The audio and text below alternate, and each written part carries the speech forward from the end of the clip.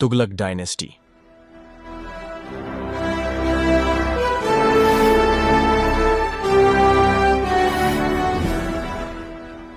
पिछली वीडियो में हमने जाना कि अलाउद्दीन खिलजी की मौत के बाद खिलजी डायनेस्टी कमजोर हो गई थी। आखिरी रूलर मुबारक शाह की भी हत्या उसी के करीबी खुसरो खान ने कर दी और सिंहासन भी छीन लिया। पर खुसरो खान को अमीरों का कुछ खास समर्थन नहीं मिला और इसी सिचुएशन का फायदा उठाते हुए गाजी मलिक, जो उस समय पंजाब का सूबेदार था, ने खुसरो खान के खिलाफ बगावत कर दी और खुसरो खान को जंग में हराकर गाजी मलिक सुल्तान बन गया और उसने तुगलक डायनेस्टी की नींव रखी। तुगलक डायनेस्टी ने 1320 से लेकर 1413 तक भारत के एक बड़े क्षेत्र पर राज किया और इसके पहले शासक थे गाजी मलिक उर्फ गयासुद्दीन तुगलक। गयासुद्दीन तुगलक ने इस सल्तनत को फिर से जोड़ने का काम किया। गयासुद्दीन के बड़े कामों में तुगलकाबाद किला का भी नाम आता है और इस किले की अपनी ही एक अलग कहानी है। गयासुद्दीन का राज केवल 5 सालों तक ही चला, क्योंकि 1325 में एक स्वागत समारोह के दौरान पंडाल गिरने की वजह से उसकी मौत हो गई। अब ये एक एक्सीडेंट था या किसी की साजिश, ये क्लियरली नहीं कहा जा सकता।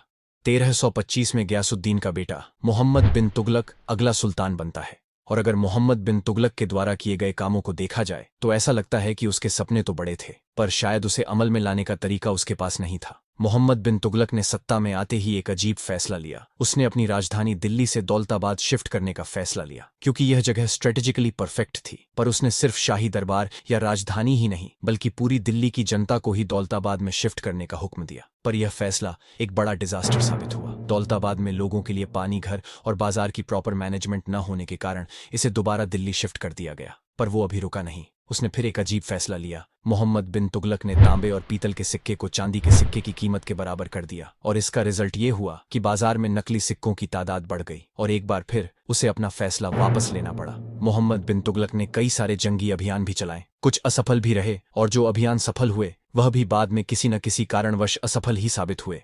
मोहम्मद बिन तुगलक अपने आखिरी सालों में बगावतों को दबाने में लगा रहा, लेकिन सल्तनत उसके हाथों से निकलता गया। इसी दौरान 1351 में गुजरात में एक बगावत को दबाने के दौरान वह बीमार पड़ गया और उसकी मृत्यु हो गई।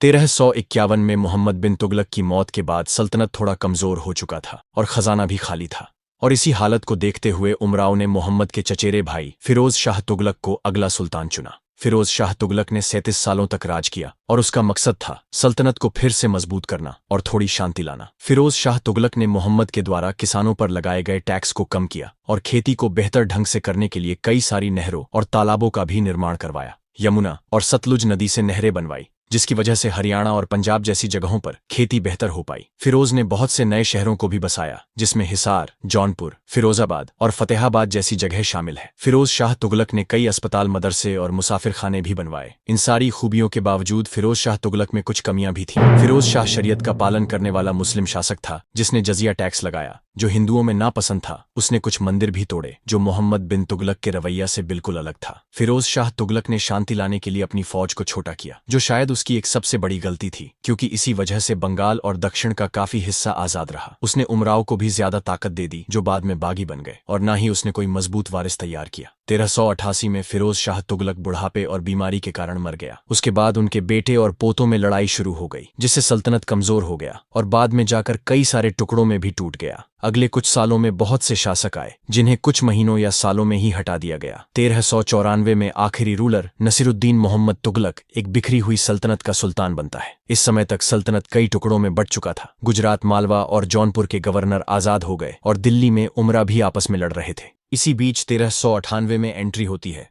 तैमूर की। तैमूर ने हिंदुस्तान पर हमला कर दिया। उसने कमजोर पड़ी दिल्ली सल्तनत को लूट लिया और खजाना भी छीन लिया और नसीरुद्दीन भी भाग गया। पर इस मौके का एक शख्स ने बेहतरीन फायदा उठाया, जिसका नाम था खिज्र खान। खिज्र खान, जो तुगलक वंश के अधीन मुल्तान का गवर्नर था, ने इस मौके का फायदा उठाते हुए तैमूर के साथ हाथ मिला लिया और बदले में जब तैमूर 1399 में वापस लौट रहा था, तब उसने खिज्र खान को पंजाब, मुल्तान और आसपास के इलाके का गवर्नर नियुक्त कर दिया। पर अब भी ऑफिशियली तुगलक डायनेस्टी का अंत नहीं हुआ था, क्योंकि नसीरुद्दीन 1 साल बाद वापस लौटा और सुल्तान के रूप में गद्दी पर बैठ रहा था। भले ही उसका कंट्रोल सिर्फ दिल्ली के कुछ ही इलाकों पर था और इधर खिज्र खान ने भी दिल्ली पर डायरेक्ट हमला नहीं किया, क्योंकि वो अपनी सेना को मजबूत कर रहा था और एक अच्छे मौके की तलाश में था। और उसे ये मौका 1413 में नसीरुद्दीन की मृत्यु के बाद मिला, क्योंकि अब कोई सुल्तान नहीं था। इसीलिए उसने दिल्ली पर हमला किया और सैयद डायनेस्टी की नींव रखी।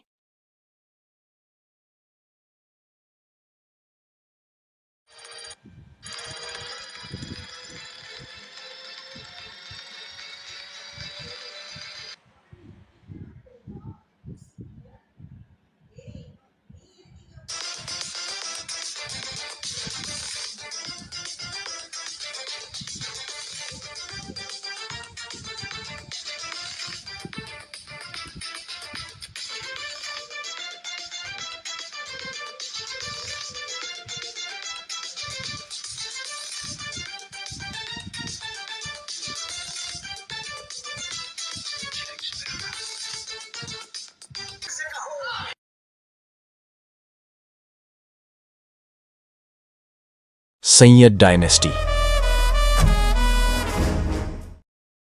तो इस सीरीज में हम अब तक जान चुके हैं कि कैसे खिज़्र खान ने सैयद डायनेस्टी को स्टैब्लिश किया। खिज़्र खान जब दिल्ली का सुल्तान बना तब तक दिल्ली सल्तनत काफी सिकुड़ चुका था, क्योंकि फिरोज शाह तुगलक की मौत और तैमूर के इन्वेजन के बाद बहुत से गवर्नर ने बगावत कर अपने अपने क्षेत्र को आजाद कर लिया और नई नई डायनेस्टी की नींव रखी, जिनमें गुजरात, मालवा, जौनपुर और बंगाल जैसे बड़े क्षेत्र भी शामिल है। इधर कुछ राजपूतों का भी इलाका था जिन पर पहले दिल्ली सल्तनत के गवर्नर अपॉइंट थे। उन इलाकों पर राजपूतों ने गवर्नर को हटाकर स्वतंत्र राजपूत राज्य स्थापित कर लिया। तो कुल मिलाकर बात यह है कि खिज़्र खान को दिल्ली सल्तनत तो मिल गया, पर तैमूर के अधीन होकर और एक कमजोर सत्ता के रूप में। खिज़्र खान ने 1414 से लेकर 1421 तक राज किया। इस बीच उन्होंने सल्तनत की स्थिति को बेहतर करने की कोशिश तो की, पर कुछ खास रिजल्ट नहीं मिला और 1421 में उनकी मौत हो गई। खिज़्र खान के बाद उसका बेटा मुबारक शाह सुल्तान बनता है। मुबारक शाह को इस वंश का सबसे काबिल शासक कहा जा सकता है, क्योंकि इसके बहुत से कारण हैं। खिज़्र खान जो तैमूर का गुलाम बनकर दिल्ली सल्तनत संभाल रहा था, लेकिन मुबारक शाह ने इस गुलामी को ठुकराकर खुद को आजाद सुल्तान डिक्लेयर किया। उसने सिक्कों पर अपना नाम भी छपवाया, जिस पर पहले तैमूर का नाम था।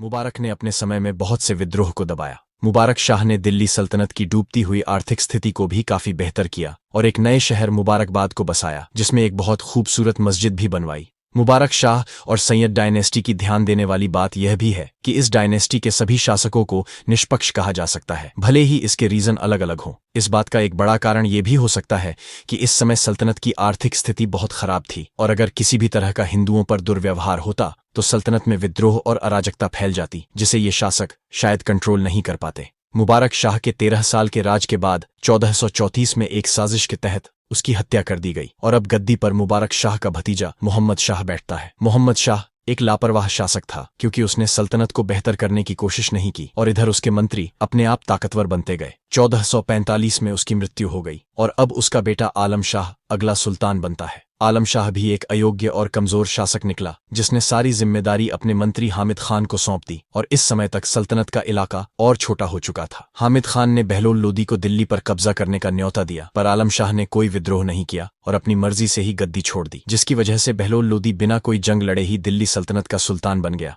और उसने एक नई डायनेस्टी, लोदी डायनेस्टी की नींव रखी।